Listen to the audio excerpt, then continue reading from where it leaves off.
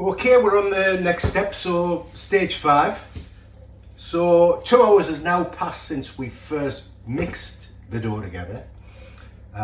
It's had its first hour, which we then kneaded, and then a second half hour. And this is stage number 3, so there's 4 in total, where we actually work the dough. We develop the gluten for those who know about bread making. So that's what we're doing. So the last time I did the stretch and fold, so this time essentially we'll just go back and do the original. So I'm actually going to hold up there and show you what I'm doing, just in case you're not kind of seeing.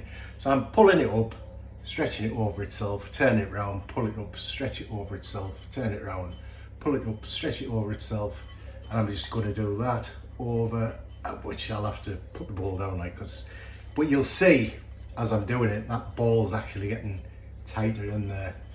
So I'm going to do it here so I don't drop it, because then I would look a right clown. Don't say anything, I know what you're thinking again.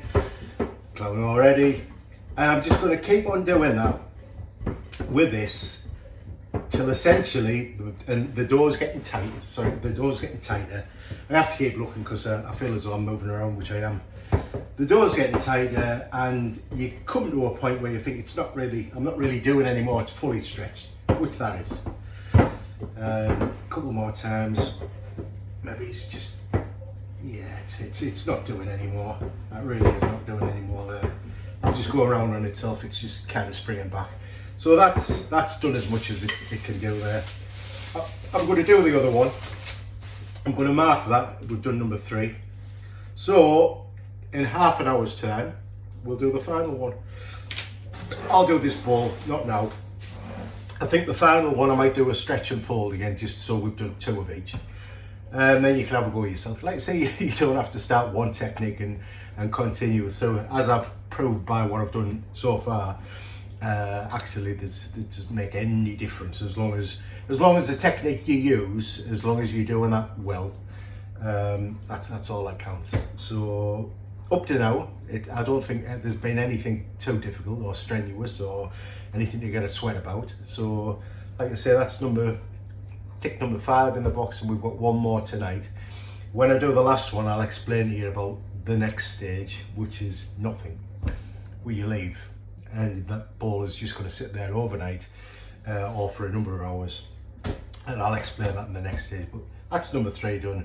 I just wanted to show you kind of what it looked like.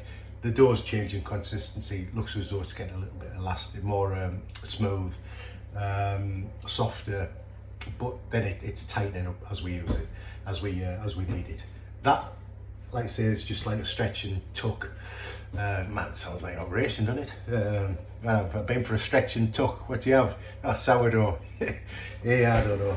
So anyway, the first one was the other one, stretch and fold. You'll hear these terms, and like I say, I just want to demystify it and kind of really just strip back the basics of what we're doing, what we're actually doing. So up to now, no panic, no stress. That's it. Step number 5, tick. So we'll see you in half an hour's time. Bye for now.